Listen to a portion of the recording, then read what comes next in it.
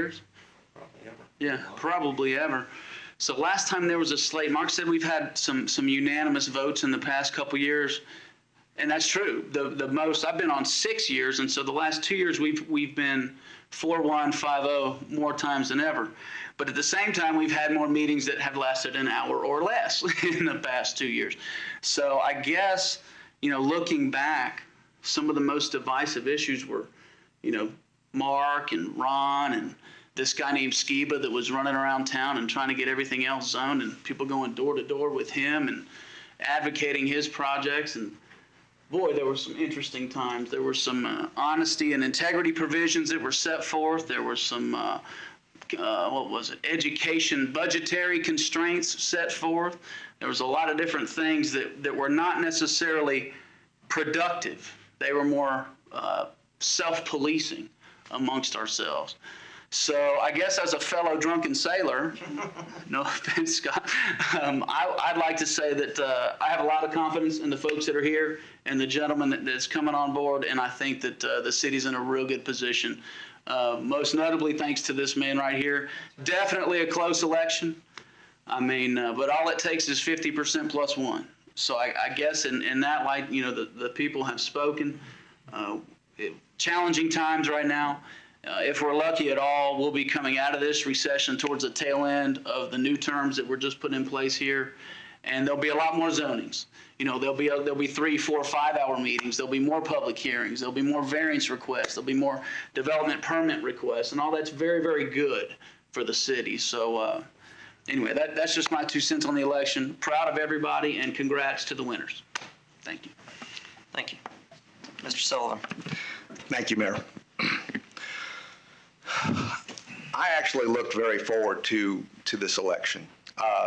You don't get people, well, let's put it this way. People grow complacent about the city, about what's going on, up until the point that there's election. And then all of a sudden their ears perk up. They start paying attention a little bit more. They're a little bit more interested in what are the issues and exactly what's going on.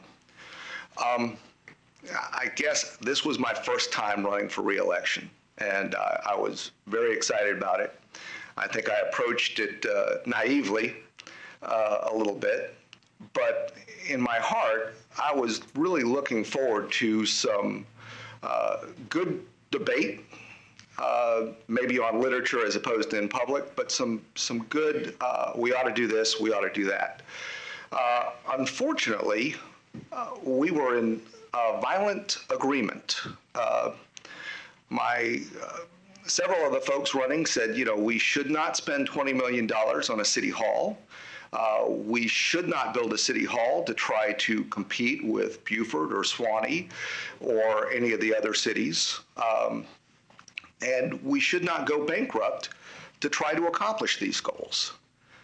And I totally, absolutely agree with that statement. That was never an issue. What was an issue is, should we spend the $7 to $7.5 million of SPLOST that's targeted for a public building and use that for a city hall?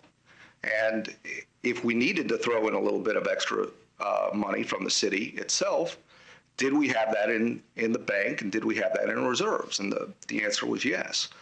So unfortunately, when I look at the election results and it's 52% this way and 48% that way, I ask myself, well, what did I learn?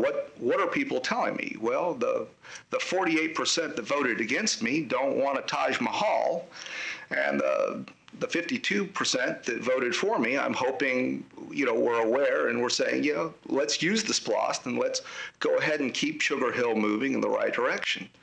So I look back and I wasn't able to divine a lot of intent by the voters as far as what exactly they were voting for, because there was so much misinformation and fear being generated out there. And that was a shame, because this would have been a good time to get a serious debate over, these are the facts. Let's talk about what